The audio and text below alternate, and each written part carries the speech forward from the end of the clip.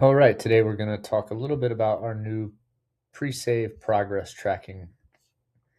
It's a new feature that was recently rolled out, and if you come into manage your music pages and edit the actual pre-save page that you're working on, you'll see a few things here. So you may not see these really to start happening until the actual platform or until our platform starts scanning essentially. So in this instance, the example that I'm using here, the release date was set for today at 12 p.m.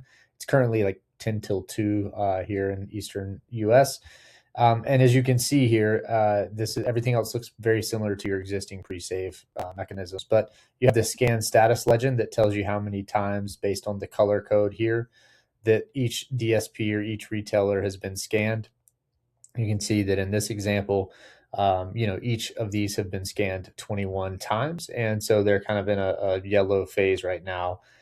Now, as a reminder, you can check our resources for more details on how the scanning system works and when it starts and those things. But essentially, once the release date and time comes, in this case, it was 12 o'clock, our system starts scanning 30 minutes prior to the actual release date and time, looking for the actual live link for each of these retailers. So in an example like this, I actually didn't put a UPC in. This is a release that was actually released last week. So I'm just kind of using the Nickelback example here.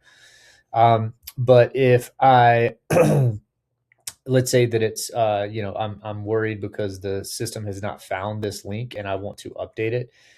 Previously, you would have to delete the pre-save button out of here and go in and add a new retailer. But now you can actually just click on the I have the release button. You can paste that in here, click update, and the system will automatically update that link to the live link and have the listen button be the call to action.